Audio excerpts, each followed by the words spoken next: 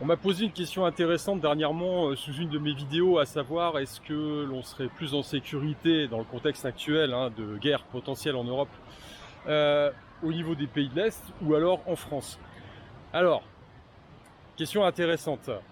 Je vais ouvrir mon discours sur une anecdote. Alors c'est l'histoire d'un lord anglais qui était bien informé pendant la Seconde Guerre mondiale, ou du moins juste avant, et qui, sentant le coup venir, se dit « je vais me mettre à l'abri ». Et cet homme-là a eu l'idée de se dire il faut que je m'éloigne du point chaud, qui évidemment à l'époque était l'Europe déjà.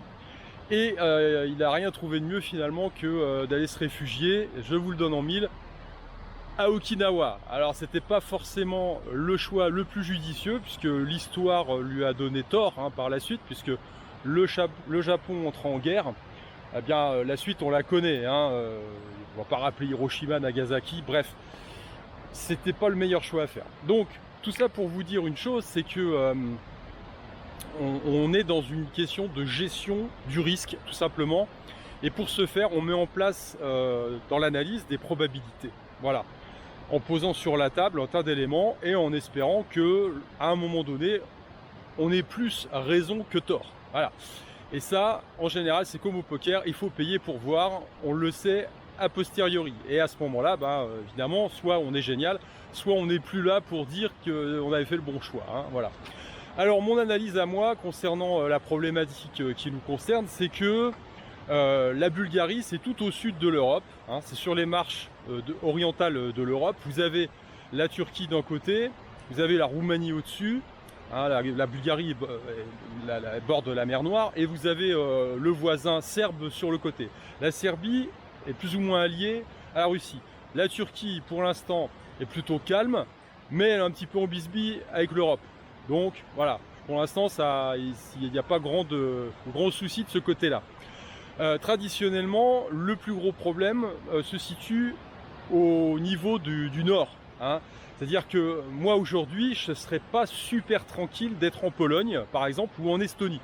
Parce que ça serait évidemment le passage naturel pour les Russes, voilà. Alors ceci étant dit, d'un point de vue stratégique, si j'étais Vladimir Poutine et que à un moment donné je devrais entrer en guerre, j'aurais en face de moi des belligérants qui sont évidemment l'OTAN, et à l'intérieur de l'OTAN il y a différents pays qui auraient une implication plus ou moins directe dans le conflit, malgré le jeu des alliances, puisque avec le jeu des alliances c'est la guerre contre l'OTAN. Mais en allant un peu plus en profondeur, eh bien, je verrais effectivement la Pologne, qui avait déjà proposé ses MiG-23, je crois, refusé dans un premier temps par l'administration américaine pour soutenir l'Ukraine. Je verrai évidemment ce passage vers l'ouest. Et puis, je me dirais, il faut frapper fort dans un premier temps et au sein même des puissances nucléaires, puisque c'est de là que vient le danger. Parce que d'un point de vue militaire, quand on regarde la Bulgarie, il y a quoi? Il y a ces 35 000, 40 000 bonhommes à tout casser. Et puis, c'est quoi? C'est 3 avions qui fonctionnent. Encore, on espère.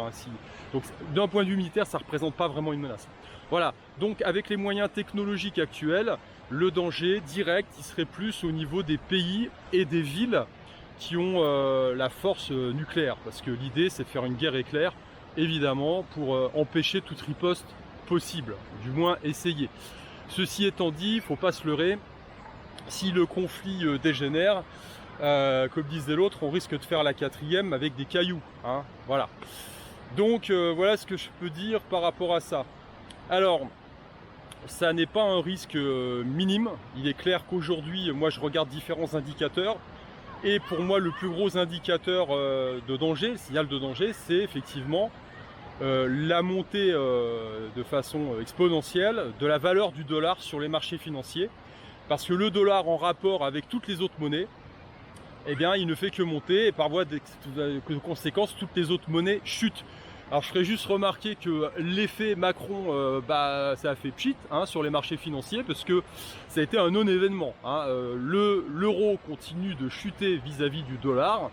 Le CAC 40, c'est pas terrible, quand on regarde en 2017 quand il était élu, il y a eu un petit effet Macron, un optimisme sur les marchés financiers que là on n'a pas, mais alors absolument pas du tout. Alors ça n'a pas accéléré la chute, mais ça n'a pas ralenti pour autant, voilà. Donc on a quand même effectivement par rapport à ce jeu des monnaies Fiat, qui sont toutes calibrées par rapport au dollar US, eh bien un signal à mon sens qui est inquiétant, parce qu'effectivement le pognon se retire des marchés financiers, le fric se retire des monnaies qui peuvent potentiellement poser problème pour se réfugier sur le dollar, et notamment l'euro qui est effectivement la monnaie européenne.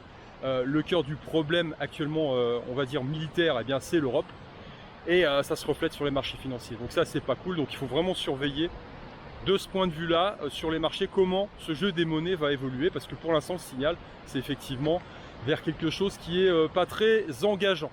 Voilà, alors sur ce j'ai envie de vous dire, profitez de la vie, profitez du moment présent, faites vos analyses, anticipez différents scénarios, mais vous plombez pas la tête avec ça, parce que de toute façon vous pouvez effectivement vous mettre soi-disant dans le pays le plus sécure possible, en vue d'un problème nucléaire, et puis il y a autre chose qui vous tombe sur le coin du nez, hein, ou alors vous vous fracassez les cervicales en faisant une mauvaise chute en descendant de votre voiture. Donc bon, voilà, il faut faire attention à toutes ces projections et relativiser, hein.